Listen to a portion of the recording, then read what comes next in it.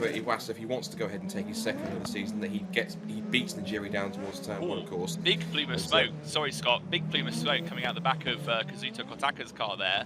The TGM machine, one position behind Tsuboi, and I think he's got a problem. I don't think Kotaka is going anywhere fast. That car, Kotaka saying stuck throttle, so the throttle got stuck open, and presumably that just over-revved and broke the engine. Finals weekend here for Super Formula for the 5 red lights, and round 11 at Suzuka is all set to go. It's lights out and we're underway. It's a clean start for the 2 Mugen cars, also the 2 Nakajima cars move up well. It's also Frog on the outside of Rensata down towards Tail, but the inside line looks to be potentially was Jiri making his way through. I think he has got the move, so the Jiri has actually managed to squeeze past in towards the first couple of corners. Iwasa into second place, then Fraga in third, Sato in fourth, and then it's been not a great start, I think, from Makino. He's dropped a couple of places behind Fukuzumi, and also a strong start, and looks like for Oshima he's come a couple of times. One car's off the road. Iwasa's off. Iwasa's off. The pole sitter is off, and after a perfect start in qualifying with 2 pole positions, Ayumu Iwasa on the first lap of the race in round 11 is off the road into the gravel at the S-curves. Out of it, 5 corners in, and here's the replay. Fraga up the inside. It's contact. Just that small touch is enough to split the car the other way off into the gravel. Maybe we're going to see it now. This is from Iwasa's point of view, so he's just going to... Well, Iwasa was not on an unusual line or anything by the looks of it. Just contact.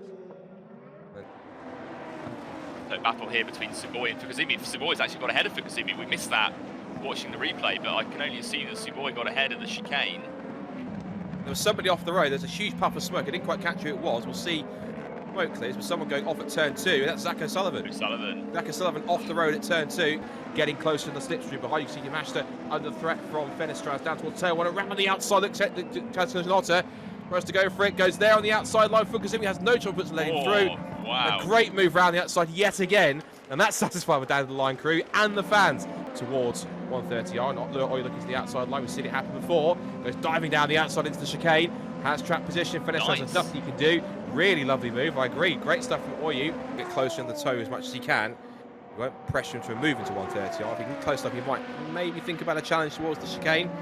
Get down the outside, does the double dummy up the inside. That can be beautiful. He makes it happen. What a dummy from Katsukanosha. Look at that down the inside. Dummy once, then twice. Got him under braking. That is a beautiful pass from Katsukanosha. This is the replay. This is Miyake going up the inside of Oyu in towards 130R. Clean as you like. This is potentially the battle for fourth now. As we see, this is now Miyake under threat from Sato. This is a point at stake here. Comes Sato diving down the outside. He'll be on the OTS, down towards turn 1, into the chicane for the final time. And for the first time since June at Sugo, some 18 months ago, Tomoka Nijiri will head out to the final corner, and he will stand on the top step as a Super Formula race winner. Up to the checkered flag. It is victory for Tomoka Nijiri in round 11 of Super Formula 2025 at Suzuka. A brilliant win for Mugen at home for Honda here at Suzuka. Second place to Igor Fraga, by far his best finish of the season and of his career in Super Formula with a P2 finish. Makino takes P3. Tsuboi is 4th, 5th goes to Kakuna Shinoda. What a result for Kazuyuki Oshima in his final weekend. You saw on that lineup. Here's the result from round 11. Tomoka Nijiri then back to the top step of the podium, taking victory. 1.1 seconds from Igor Fraga, his best result in Super Formula, and also guarantees him and confirms him as Rookie of the Year with that result, taking runner-up spot. Tatsuki Makino picking up 3rd for Shotsuboi in 4th, a great recovery drive after a poor start for Kakuna Shinoda season, take P5. Kazuya Oshima, to begin his last weekend of the championship, takes P6. From the Fukuzumi, Sasha Fenestras after a poor start recovers to 8th. Ren Sato in 9th position in the second Nakajima car. And Atsuya Miyake gives 3 Bond Racing their first point of the season, rounding up the top 10. Congratulations to them. Kenta Yamashita lost out on the final lap. He is 11th from Toshiki Oiki in 12th, then Shun Koide, Sena Sakaguchi, Kamui Kobayashi, Saito Nonaka, and Juju Noda, and Mitsunori Takaboshi, followed by Oliver Rasmussen. And the 3 drivers we lost from the race was Zach O'Sullivan after he spun off the road himself out of turn 2. Yumi Iwasa out after a few corners after contact with Fraga, and Kazuka Kotaka's car, which didn't even get to the start after it blew up an engine problem on the first formation lap. Shotsuboi then, as you see the points coming up, he now has that lead of 112 points compared to 96. He's now closing up once again between the top 4. That's going to be all the more crucial going into tomorrow's 2 races, of course. The team standings, this is how it also changes.